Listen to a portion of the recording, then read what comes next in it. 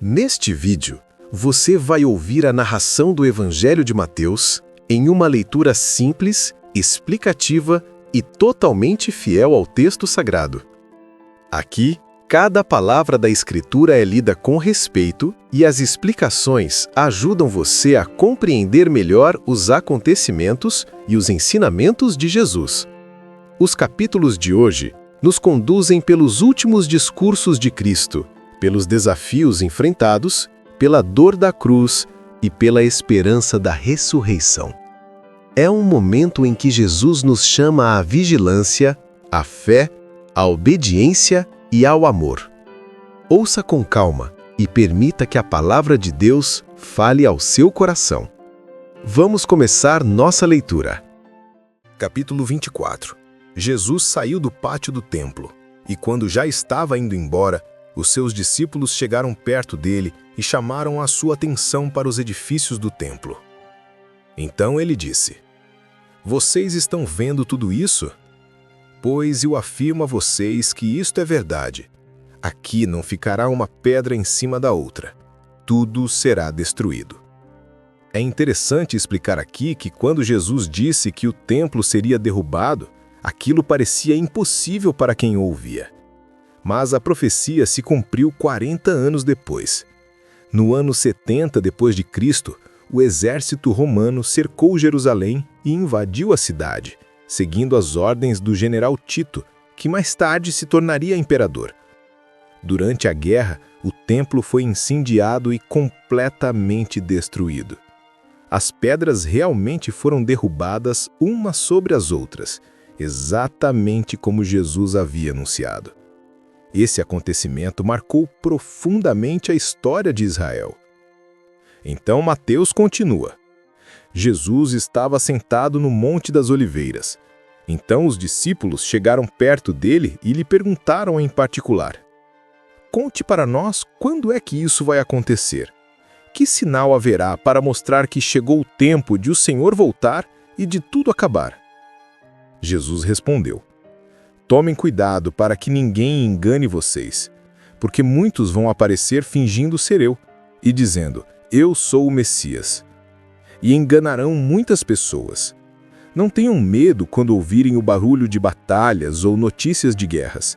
Tudo isso vai acontecer, mas ainda não será o fim. Uma nação vai guerrear contra outra, e um país atacará outro.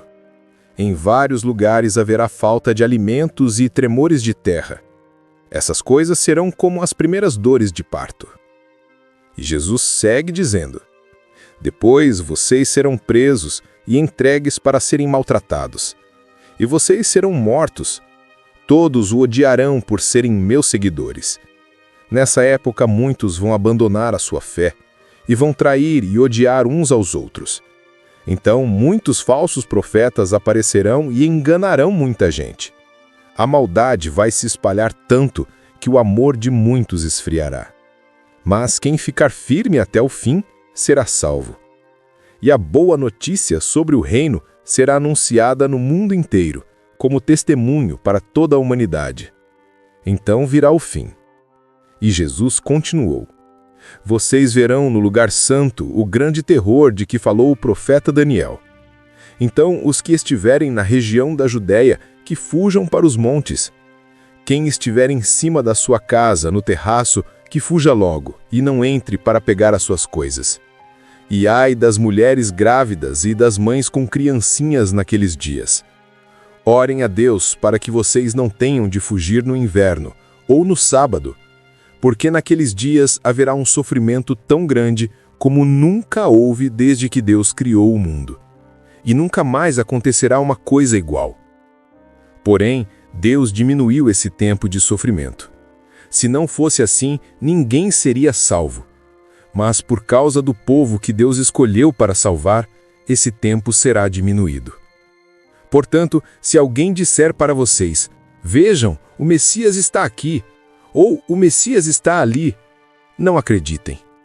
Porque aparecerão falsos profetas e falsos messias que farão milagres e maravilhas para enganar, se possível, até o povo escolhido de Deus. Prestem atenção. Eu estou lhes dizendo tudo isso antes que aconteça. E se disserem: vejam, ele está no deserto, não vão lá. Ou ainda, vejam, ele está escondido aqui, não acreditem. Porque assim como o relâmpago risca o céu, do nascente até o poente, assim será a vinda do Filho do Homem. Onde estiver o corpo de um morto, aí se ajuntarão os urubus. Jesus disse: depois daqueles dias de sofrimento, o sol ficará escuro, e a lua não brilhará mais. As estrelas cairão do céu, e os poderes do espaço serão abalados. Então, o sinal do Filho do Homem aparecerá no céu. Todos os povos da terra chorarão, e verão o Filho do Homem descendo nas nuvens com poder e grande glória. A grande trombeta tocará, e ele mandará os seus anjos para os 4 cantos da terra. E os anjos reunirão os escolhidos de Deus de um lado do mundo até o outro. Perceba que as imagens que Jesus usa aqui, o céu mudando, os anjos reunindo o povo de Deus e a vinda do Filho do Homem com grande poder e glória, aparecem de novo no livro do Apocalipse.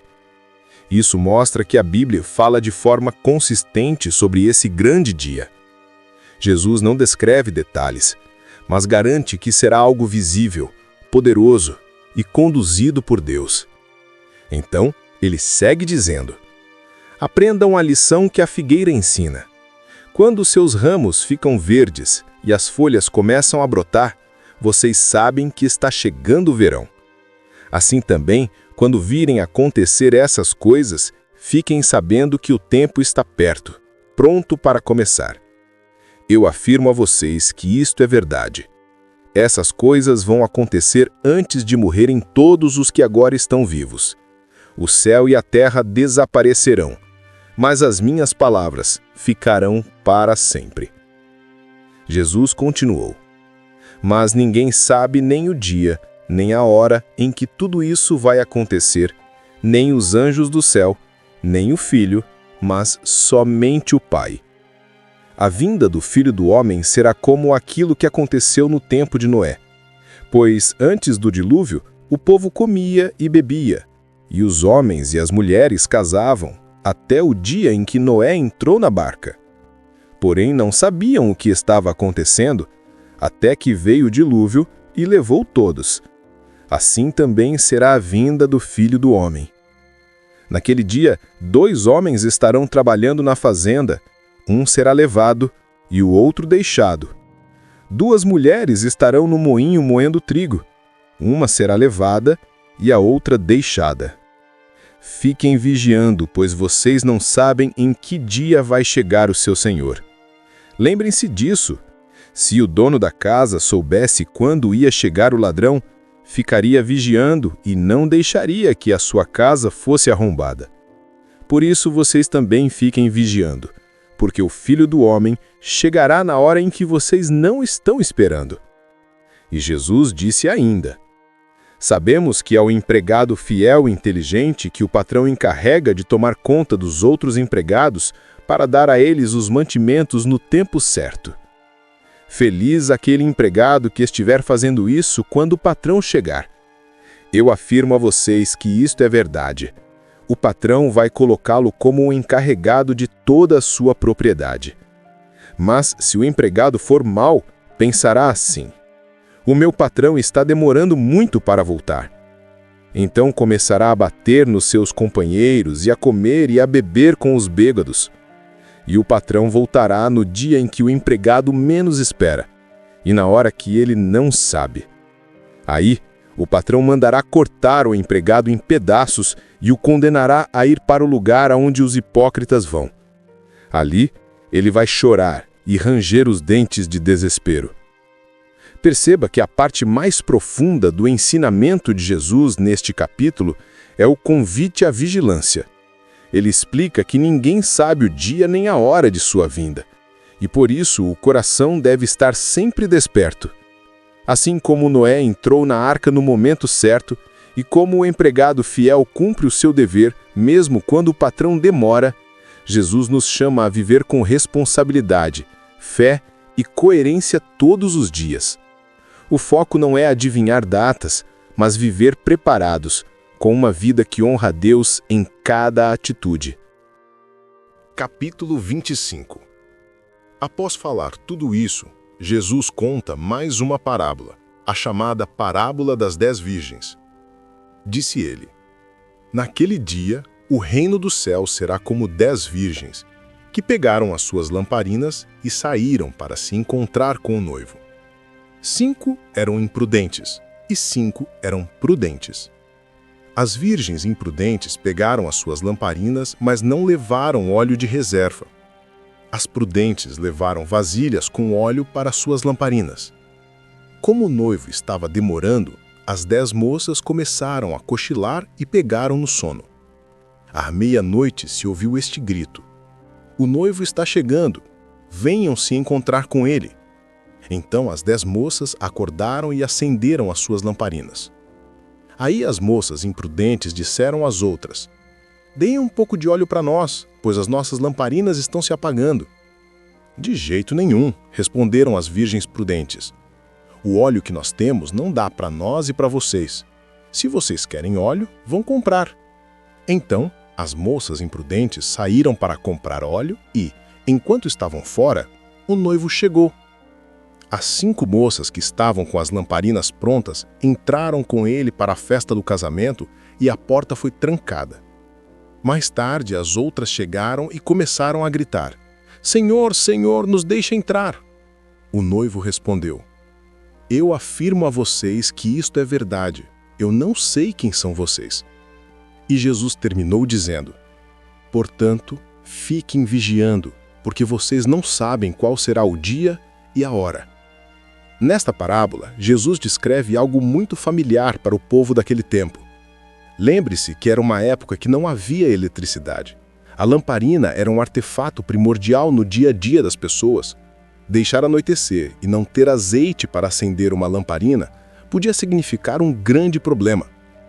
Por isso, levar óleo de reserva para uma cerimônia tão importante não era um detalhe pequeno. Era a diferença entre estar preparado ou não. As moças prudentes não se recusam a ajudar por egoísmo, mas porque a vigilância é algo que ninguém pode emprestar ao outro. Cada uma precisava estar pronta por si mesma. Quando a porta se fecha, o simbolismo é claro. O convite de Jesus é para manter o coração desperto, atento e preparado mesmo quando a espera parece longa. E Mateus escreve que em seguida Jesus contou outra parábola. Disse ele: O reino do céu será como um homem que ia fazer uma viagem. Ele chamou os seus empregados e os pôs para tomarem conta da sua propriedade. E lhes deu dinheiro de acordo com a capacidade de cada um. Ao primeiro, deu 5 talentos. Ao segundo, deu 2 talentos. E ao terceiro, deu 1 talento. Então foi viajar. O empregado que tinha recebido 5 talentos saiu logo, fez negócios com o dinheiro e conseguiu outros 5. Do mesmo modo, o que havia recebido 2 talentos conseguiu outros 2. Mas o que tinha recebido 1 talento saiu, fez um buraco na terra e escondeu o dinheiro do patrão. Depois de muito tempo, o patrão voltou e fez um acerto de contas com eles.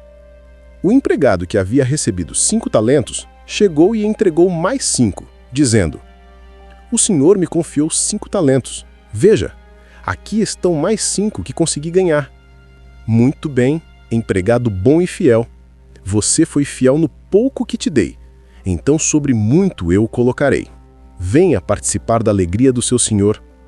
E aproximando-se também um empregado que havia recebido 2 talentos, disse: O senhor me confiou 2 talentos. Eis aqui outros 2 que ganhei. Muito bem, empregado bom e fiel. Você foi fiel no pouco que te dei, então sobre muito eu o colocarei. Venha participar da alegria do seu senhor. Aí, o empregado que havia recebido 1 talento chegou e disse: Eu sei que o senhor é um homem duro, que colhe onde não plantou e junta onde não semeou. Fiquei com medo e por isso escondi o talento na terra. Veja, aqui está o seu dinheiro. Servo mau e preguiçoso, você sabia que colhe onde não plantei e junto onde não semeei? Então você devia ter entregado meu dinheiro aos banqueiros e, quando eu voltasse, receberia com juros o que era meu." Depois virou-se para os outros empregados e disse: "Tirem dele o talento e deem ao que tem 10, porque todo aquele que tem, mais será dado e terá em abundância. Mas quem não tem, até o pouco que tem será tirado dele. E joguem fora na escuridão o servo inútil. Ali ele vai chorar e ranger os dentes de desespero." Perceba que na parábola dos talentos, Jesus mostra que o patrão conhecia profundamente cada empregado. Ele deu quantidades diferentes porque sabia da capacidade de cada um. E isso não foi injustiça, foi cuidado.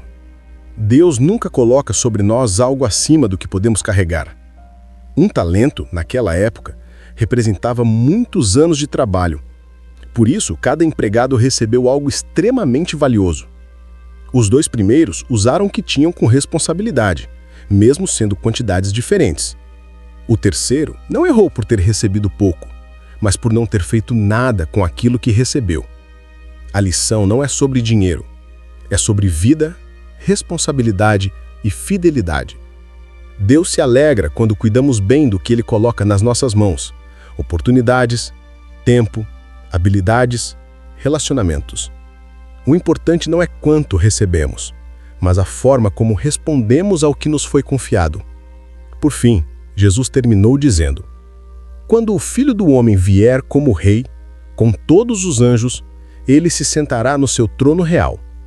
Todos os povos da terra se reunirão diante dele e ele separará as pessoas umas das outras. Assim como o pastor separa as ovelhas das cabras. Ele porá as boas à sua direita e as outras à esquerda. Então o rei dirá às que estiverem à sua direita: Venham vocês que são abençoados pelo meu Pai. Venham receber o reino que o meu Pai preparou para vocês desde a criação do mundo. Pois eu estava com fome e vocês me deram comida. Estava com sede e me deram água. Era estrangeiro e me receberam na sua casa. Estava sem roupa e me vestiram. Estava doente e cuidaram de mim. Estava na cadeia e foram me visitar. Aí os bons perguntarão: Senhor, quando foi que o vimos com fome e lhe demos comida, ou com sede e lhe demos água? Quando foi que o vimos como estrangeiro e o recebemos na sua casa, ou sem roupa e o vestimos? Quando foi que vimos o Senhor doente ou na cadeia e fomos visitá-lo? Aí o rei responderá: Eu afirmo a vocês que isto é verdade. Quando vocês fizeram isso ao mais humilde dos meus irmãos, foi a mim que fizeram. Depois, ele dirá às que estiverem à esquerda: Afastem-se de mim, vocês que estão debaixo da maldição de Deus. Vão para o fogo eterno, preparado para o diabo e os seus anjos. Pois eu estava com fome e vocês não me deram comida. Estava com sede e não me deram água. Era estrangeiro e não me receberam na sua casa. Estava sem roupa e não me vestiram. Estava doente e na cadeia, e vocês não cuidaram de mim. Então eles perguntarão: Senhor, quando foi que vimos o Senhor com fome, ou com sede, ou como estrangeiro, ou sem roupa, ou doente, ou na cadeia, e não o ajudamos? O rei responderá: Eu afirmo a vocês que isto é verdade. Todas as vezes que vocês deixaram de ajudar uma dessas pessoas mais humildes, foi a mim que deixaram de ajudar. E Jesus terminou assim: Portanto, estes irão para o castigo eterno, mas os bons irão para a vida eterna. Quando Jesus fala sobre separar as ovelhas das cabras, ele mostra que no fim, o que realmente revela quem somos não são palavras bonitas, mas atitudes simples: dar comida, oferecer água, acolher, vestir, visitar. Pequenos gestos que talvez pareçam pouco, mas que para ele têm enorme valor. Jesus deixa claro que cuidar do próximo é cuidar dele mesmo. É uma forma prática de viver a fé com sinceridade e compaixão. E assim, o capítulo 25 fecha a continuação do que começou no capítulo 24. Depois de falar sobre a sua vinda e sobre a necessidade de vigilância, Jesus mostra como esse preparo deve aparecer na vida real. na responsabilidade com o que recebemos, na prontidão do coração e no amor colocado em ações. É um chamado para viver de forma desperta, fiel e cuidadosa enquanto aguardamos o dia do Senhor. Capítulo 26. Quando Jesus acabou de ensinar essas coisas, disse aos discípulos: Vocês sabem que daqui a 2 dias vai ser comemorada a festa da Páscoa, e o Filho do Homem será entregue para ser crucificado. Os chefes dos sacerdotes e os líderes judeus se reuniram no palácio de Caifás, o grande sacerdote, e fizeram um plano para prender Jesus em segredo e matá-lo. Eles diziam: Não vamos fazer isso durante a festa para não haver uma revolta no meio do povo. Jesus estava no povoado de Betânia, sentado à mesa na casa de Simão o leproso. Então uma mulher chegou perto de Jesus com um frasco feito de alabastro, cheio de um perfume muito caro, e derramou o perfume na cabeça dele. Ao verem aquilo, os discípulos ficaram zangados e disseram: Que desperdício! Esse perfume poderia ter sido vendido por uma fortuna e o dinheiro dado aos pobres. Mas Jesus, sabendo o que eles diziam, disse: Por que vocês estão aborrecendo esta mulher? Ela fez para mim uma coisa muito boa. Pois os pobres estarão sempre com vocês, mas eu não. O que ela fez foi perfumar o meu corpo para o meu sepultamento. Eu afirmo a vocês que isto é verdade. Em qualquer lugar do mundo onde o Evangelho for anunciado, será contado o que ela fez e ela será lembrada. Eu gostaria de dar uma explicação um pouco mais longa a essa cena, pois acho que aqui temos algo maravilhoso. Mateus e Marcos não dizem o nome da mulher, mas João revela que ela era Maria, irmã de Marta e Lázaro, a mesma família que era muito próxima de Jesus. Para eles, Jesus não era apenas o mestre, era alguém amado dentro da casa. O perfume derramado era o nardus puro, guardado em um frasco de alabastro, um dos itens mais caros que uma família poderia ter. Era tão valioso que correspondia a cerca de 1 ano inteiro de salário. Por isso, quando Maria derrama tudo de uma vez, alguns discípulos reclamam. Mateus fala os discípulos. Mas João deixa claro quem liderou a crítica: Judas Iscariotes. E o Evangelho explica o motivo. Judas cuidava da bolsa do grupo e costumava pegar parte do dinheiro para si. A reclamação não nasceu de preocupação com os pobres, mas de interesse próprio. Jesus, porém, defende Maria. Ele vê intenção, amor e discernimento espiritual no que ela fez. Enquanto outros estavam pensando em valores materiais, Maria entendeu que aquele era um momento único. Jesus estava prestes a ser entregue. Quando ele diz: Ela perfumou meu corpo para o meu sepultamento, Jesus reconhece que o gesto dela foi profético, mesmo que ela não tivesse plena consciência disso. E então ele declara algo extraordinário. Em qualquer lugar do mundo onde o Evangelho for anunciado, o gesto de Maria seria lembrado. Não pelo perfume, mas pela entrega, pela honra, pelo amor. A cena inteira é um contraste. Maria entrega tudo. Judas tenta guardar para si. Jesus vê o coração de cada um. E assim, antes da cruz, Maria se torna uma das poucas pessoas que realmente ofereceu algo a Jesus enquanto ele ainda estava presente. E sua devoção continua sendo lembrada até hoje. Agora, voltando ao texto. Então, um dos 12 discípulos, chamado Judas Iscariotes, foi falar com os chefes dos sacerdotes e disse: Quanto vocês me pagam para eu lhes entregar Jesus? E eles lhe pagaram 30 moedas de prata. E daí em diante, Judas ficou procurando uma oportunidade para entregar Jesus. Eu vou precisar interromper mais uma vez a leitura para explicar algo muito curioso para você. Cerca de 500 anos antes, Deus deu ao profeta Zacarias uma visão. Nessa visão, Zacarias se vê como um pastor cuidando das ovelhas, representando o próprio Deus cuidando do seu povo. Mas em vez de valorizarem esse cuidado, o povo rejeita o pastor. Então Deus manda Zacarias pedir um salário para mostrar como aquele povo estava enxergando o cuidado de Deus. E o que eles oferecem? 30 moedas de prata, exatamente o valor pago por um escravo comum na época. Era como dizer, para nós, o cuidado de Deus não vale mais do que isso. Deus manda jogar esse dinheiro dentro do templo, como sinal de que aquele valor era indigno e revelava a rejeição do povo. Quando Judas aceita o mesmo valor para entregar Jesus, Mateus deixa claro que aquela antiga visão estava se cumprindo.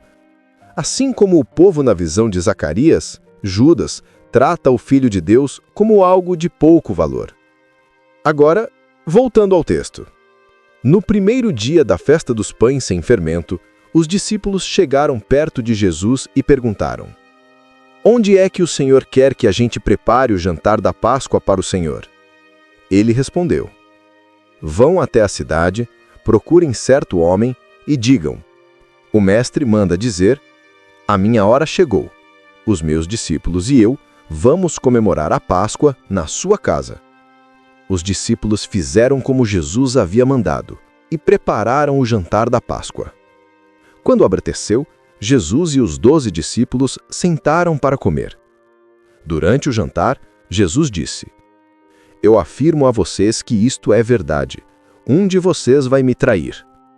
Eles ficaram muito tristes e, um por um, começaram a perguntar: O Senhor não está achando que sou eu, está? Jesus respondeu: Quem vai me trair é aquele que come no mesmo prato que eu. Pois o Filho do Homem vai morrer da maneira como dizem as Escrituras Sagradas. Mas ai daquele que está traindo o Filho do Homem. Seria melhor para ele não ter nascido. Então Judas, o traidor, perguntou, mas só para eles ouvirem: Mestre, o Senhor não está achando que sou eu, está? Jesus respondeu: Quem está dizendo isso é você mesmo. Enquanto estavam comendo, Jesus pegou o pão e deu graças a Deus. Depois, partiu o pão e o deu aos discípulos, dizendo: Peguem e comam. Isto é o meu corpo. Em seguida, pegou o cálice de vinho e agradeceu a Deus.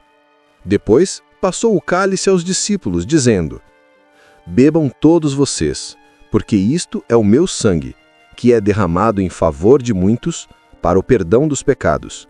O sangue que garante a aliança feita por Deus com o seu povo. Eu afirmo a vocês que nunca mais beberei deste vinho até o dia em que beber com vocês um vinho novo no reino do meu Pai. Então eles cantaram canções de louvor e foram para o Monte das Oliveiras.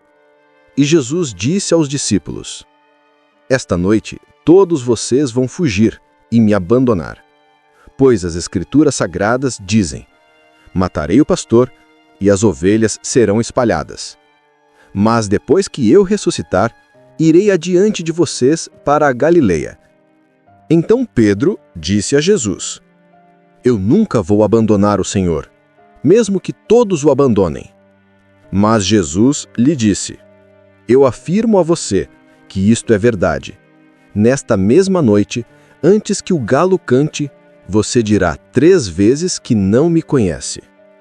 Pedro respondeu: Eu nunca vou dizer que não o conheço, mesmo que eu tenha de morrer com o Senhor. E todos os outros discípulos disseram a mesma coisa. Jesus foi com os discípulos para um lugar chamado Getsêmani e lhes disse: Sentem-se aqui, enquanto eu vou ali orar. Então Jesus foi levando consigo Pedro e os 2 filhos de Zebedeu, no caso, João e Tiago. Aí ele começou a sentir uma grande tristeza e aflição e disse a eles: A tristeza que eu estou sentindo é tão grande que é capaz de me matar. Fiquem aqui, vigiando comigo. Ele foi um pouco mais adiante, ajoelhou-se, encostou o rosto no chão e orou: Meu Pai, se é possível, afasta de mim este cálice de sofrimento. Porém que não seja feito o que eu quero, mas o que tu queres.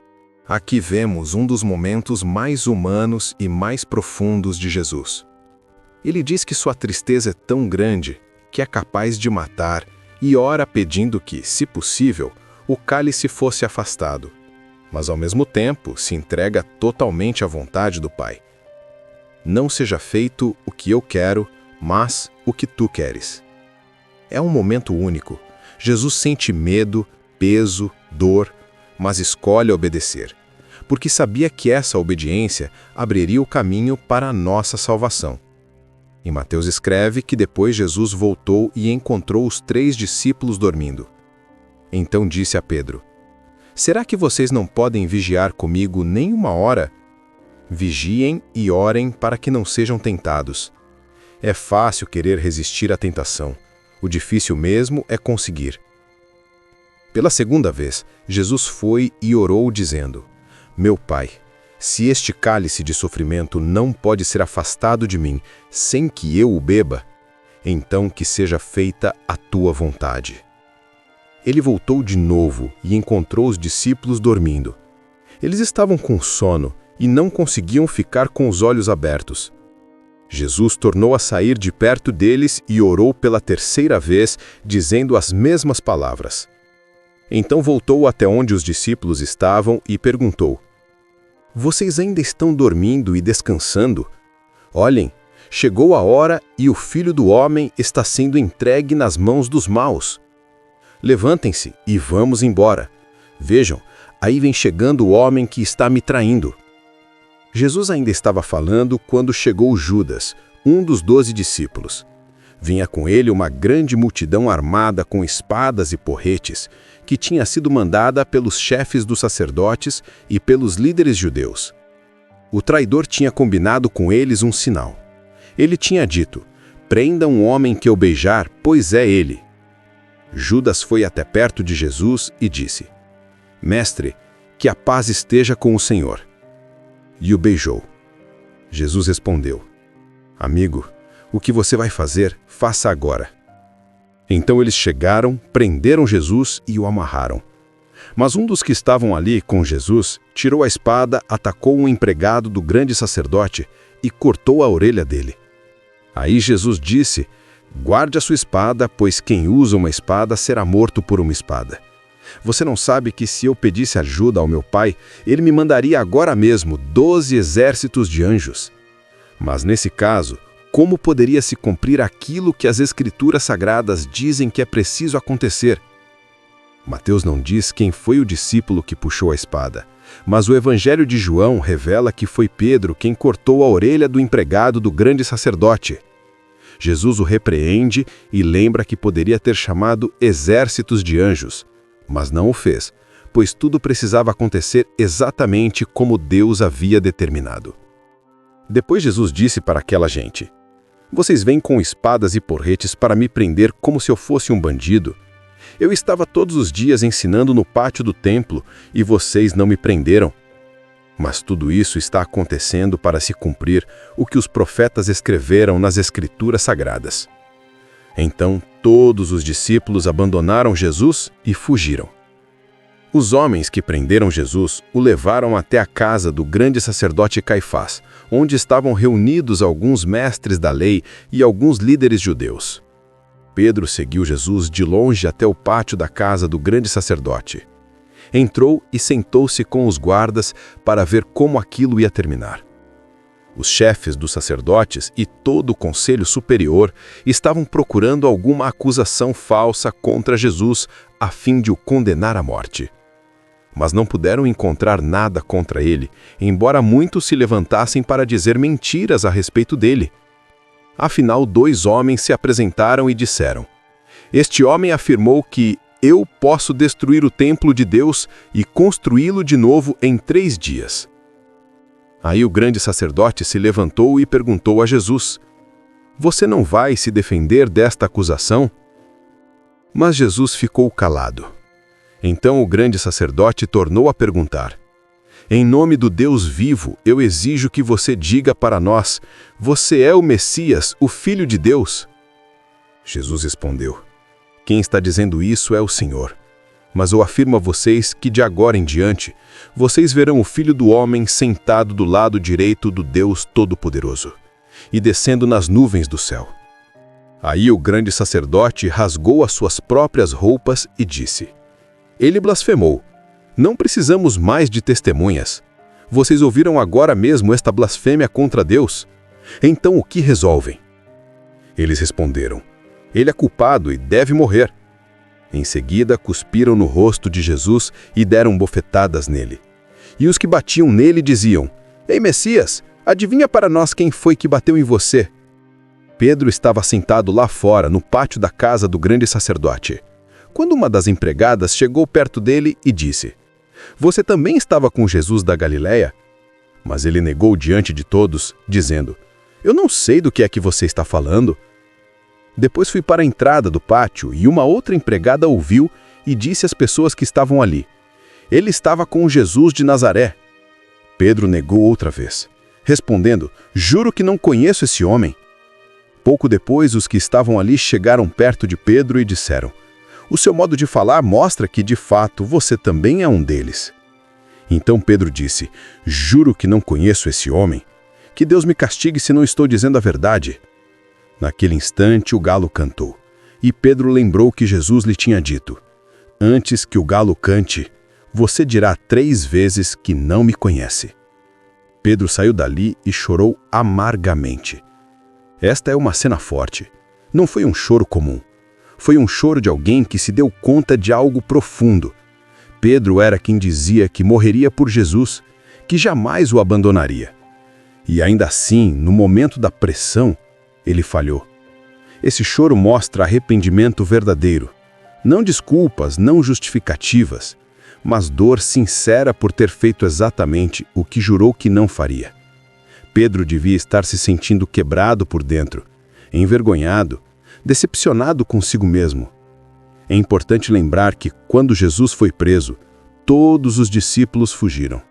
Mas Pedro foi o único que, mesmo com medo, continuou seguindo de longe, até o pátio onde Jesus estava sendo interrogado.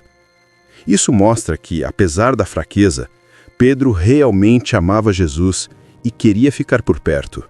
Ele só não conseguiu sustentar aquilo na pressão. Capítulo 27. Assim que amanheceu, todos os chefes dos sacerdotes e os líderes judeus fizeram os seus planos para conseguir que Jesus fosse morto. Eles o amarraram, levaram e entregaram ao governador Pilatos. Quando Judas, o traidor, viu que Jesus havia sido condenado, sentiu remorso e foi devolver as 30 moedas de prata aos chefes dos sacerdotes e aos líderes judeus, dizendo: Eu pequei, entregando à morte um homem inocente. Eles responderam: O que é que nós temos com isso? O problema é seu. Então Judas jogou o dinheiro para dentro do templo e saiu. Depois foi e se enforcou. Os chefes dos sacerdotes pegaram o dinheiro e disseram: Isto é dinheiro sujo de sangue, e é contra a nossa lei pôr esse dinheiro na caixa das ofertas do templo. Depois de conversarem sobre o assunto, resolveram usar o dinheiro para comprar o campo do oleiro, a fim de que servisse como cemitério para os não-judeus. Por isso aquele campo é chamado até hoje de Campo de Sangue. Assim aconteceu o que o profeta Jeremias tinha dito. Eles pegaram as 30 moedas de prata, o preço que o povo de Israel tinha concordado em pagar por ele, e as usaram para comprar o campo do oleiro, como o Senhor me havia mandado fazer. Jesus estava em pé diante do governador, e este o interrogou: Você é o rei dos judeus? Jesus respondeu: Quem está dizendo isso é o Senhor. Mas, quando foi acusado pelos chefes dos sacerdotes e pelos líderes judeus, Jesus não respondeu nada. Então Pilatos disse: Você não está ouvindo as acusações que estão fazendo contra você? Porém Jesus não disse nada, e o governador ficou muito admirado com isso. Em toda a festa da Páscoa, Pilatos costumava soltar um dos presos a pedido do povo. Naquela ocasião, estava preso um homem muito conhecido, chamado Barrabás. Então, quando a multidão se reuniu, Pilatos perguntou: Quem é que vocês querem que eu solte? Barrabás ou esse Jesus que é chamado de Messias? Pilatos sabia muito bem que os líderes judeus haviam entregado Jesus porque tinham inveja dele. Enquanto Pilatos estava sentado no tribunal, a sua esposa lhe mandou o seguinte recado: Não tenha nada a ver com esse homem inocente, porque esta noite, num sonho, eu sofri muito por causa dele. Os chefes dos sacerdotes e os líderes judeus convenceram a multidão a pedir ao governador Pilatos que soltasse Barrabás e condenasse Jesus à morte. Então o governador perguntou: "Qual dos dois vocês querem que eu solte?" "Barrabás", responderam eles. Pilatos perguntou: "Que farei então com Jesus, que é chamado de Messias?" "Crucifica", responderam todos. Ele perguntou: "Que crime ele cometeu?" Aí começaram a gritar bem alto: "Crucifica!" Então Pilatos viu que não conseguia nada e que o povo estava começando a se revoltar. Aí mandou trazer água, lavou as mãos diante da multidão e disse: "Eu não sou responsável pela morte deste homem. Isso é com vocês." E toda a multidão respondeu: "Que o castigo por esta morte caia sobre nós e sobre os nossos filhos." Então Pilatos soltou Barrabás, como eles haviam pedido, depois mandou chicotear Jesus e o entregou para ser crucificado. Nessa parte vemos que Pilatos tentou evitar a condenação de Jesus. Ele sabia que Jesus era inocente e até recebeu o aviso da própria esposa para não se envolver com esse homem justo. Pilatos ofereceu ao povo a chance de libertar Jesus, mas a multidão já estava sendo influenciada pelos chefes dos sacerdotes e pelos fariseus que tinham inveja de Jesus. Mesmo percebendo a injustiça, Pilatos cedeu à pressão, lavou as mãos e entregou Jesus para ser crucificado. É um momento que mostra como a verdade pode ser sufocada quando o coração das pessoas é guiado pela influência errada. Em seguida, Mateus escreve que os soldados de Pilatos levaram Jesus para o palácio do governador e reuniram toda a tropa em volta dele. Tiraram a roupa de Jesus e o vestiram com uma capa vermelha. Fizeram uma coroa de ramos cheios de espinhos e a puseram na cabeça dele e colocaram um bastão na mão direita. Aí começaram a se ajoelhar diante dele e a caçoar, dizendo: "Viva o rei dos judeus!" Cuspiam nele, pegavam um bastão e batiam na cabeça. Depois de terem caçoado dele, tiraram a capa vermelha e o vestiram com as suas próprias roupas. Em seguida o levaram para crucificá-lo. Quando estavam saindo, os soldados encontraram um homem chamado Simão, da cidade de Cirene, e o obrigaram a carregar a cruz de Jesus. Eles chegaram a um lugar chamado Gólgota, que quer dizer lugar da caveira. Ali deram vinho misturado com fel para Jesus beber, mas depois que o provou, ele não quis beber. Em seguida, os soldados o crucificaram e repartiram as suas roupas entre si, tirando a sorte com dados para ver qual seria a parte de cada um. Depois disso, sentaram ali e ficaram guardando Jesus. Puseram acima da sua cabeça uma tabuleta onde estava escrito como acusação contra ele: "Este é Jesus, o rei dos judeus." Com Jesus, crucificaram também 2 ladrões, um à sua direita e o outro à sua esquerda. Os que passavam por ali caçoavam dele, balançavam a cabeça e o insultavam, dizendo: "Ei, você que disse que era capaz de destruir o templo e tornar a construí-lo em 3 dias, se você é mesmo filho de Deus, desça da cruz e salve-se a si mesmo." Os chefes dos sacerdotes, os mestres da lei e os líderes judeus também caçoavam dele, dizendo: "Ele salvou os outros, mas não pode salvar a si mesmo. Ele é o rei de Israel, não é? Se descer agora mesmo da cruz, nós creremos nele. Ele confiou em Deus e disse que era filho de Deus. Vamos ver se Deus quer salvá-lo agora." E até os ladrões que foram crucificados com Jesus também o insultavam. Ao meio-dia começou a escurecer e toda a terra ficou 3 horas na escuridão. Às 3 horas da tarde, Jesus gritou bem alto: "Eli, Eli, lema sabactani." Essas palavras querem dizer: meu Deus, por que me abandonaste?" Algumas pessoas que estavam ali ouviram isso e disseram: "Ele está chamando Elias." Uma dessas pessoas correu e molhou uma esponja em vinho comum, pôs na ponta de um bastão e deu para Jesus beber.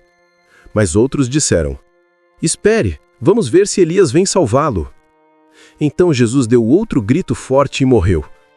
Então a cortina do templo se rasgou em 2 pedaços, de cima até embaixo. A terra tremeu e as rochas se partiram. A cortina do templo fechava a entrada de um lugar chamado Santo dos Santos, a sala mais sagrada de todo o templo. Ali era onde o povo entendia que a presença de Deus se manifestava, e ninguém podia entrar exceto o sumo sacerdote, uma vez ao ano, para fazer um ritual de purificação por todo o povo. Quando Mateus diz que essa cortina se rasgou de cima a baixo no momento da morte de Jesus, e os outros evangelhos também confirmam isso, o sentido é muito claro. Deus mesmo abriu o caminho. Aquilo que separava as pessoas da sua presença deixou de existir. O rasgar da cortina mostra que, por causa de Jesus, qualquer pessoa pode se aproximar de Deus sem medo e sem barreiras. Os túmulos se abriram e muitas pessoas do povo de Deus que haviam morrido foram ressuscitadas e saíram dos túmulos. E depois da ressurreição de Jesus, entraram em Jerusalém, a cidade santa, onde muitos viram essas pessoas. O oficial do exército romano e os seus soldados, que estavam guardando Jesus, viram o terremoto e tudo o que aconteceu, então ficaram com muito medo e disseram: de fato, este homem era o Filho de Deus. Algumas mulheres estavam ali olhando de longe, eram as que tinham acompanhado Jesus desde a Galiléia e o haviam ajudado. Entre elas estavam Maria Madalena, Maria, a mãe de Tiago e de José, e a mãe dos filhos de Zebedeu. Já era quase noite quando chegou da cidade de Arimateia um homem rico chamado José. Ele também era seguidor de Jesus. José foi e pediu o corpo de Jesus a Pilatos, e Pilatos mandou que o entregassem a ele. Então José pegou o corpo, enrolou num lençol novo de linho e o colocou no seu próprio túmulo, que há pouco tempo havia sido cavado na rocha. Depois rolou uma grande pedra para fechar a entrada do túmulo e foi embora. Maria Madalena e a outra Maria estavam ali, sentadas em frente ao túmulo. No dia seguinte, isto é, o dia depois da sexta-feira, os chefes dos sacerdotes e os fariseus se reuniram com Pilatos e disseram: governador, nós lembramos que, quando ainda estava vivo, aquele mentiroso disse: depois de 3 dias eu serei ressuscitado. Portanto, mande vigiar bem o túmulo até o 3º dia, para os discípulos dele não puderem roubar o corpo e depois dizerem que ele foi ressuscitado. Pois esta última mentira seria pior do que a primeira. Então Pilatos disse: levem estes soldados com vocês e guardem o túmulo melhor que puderem. Eles foram, puseram o selo de segurança na pedra e deixaram soldados ali guardando o túmulo. Capítulo 28. Depois do sábado, no domingo bem cedo, Maria Madalena e a outra Maria foram visitar o túmulo. De repente, houve um grande tremor de terra. Um anjo do Senhor desceu do céu, tirou a pedra e sentou-se nela. Ele era parecido com um relâmpago, e as suas roupas eram brancas como a neve. Os guardas tremeram de medo do anjo e ficaram como mortos.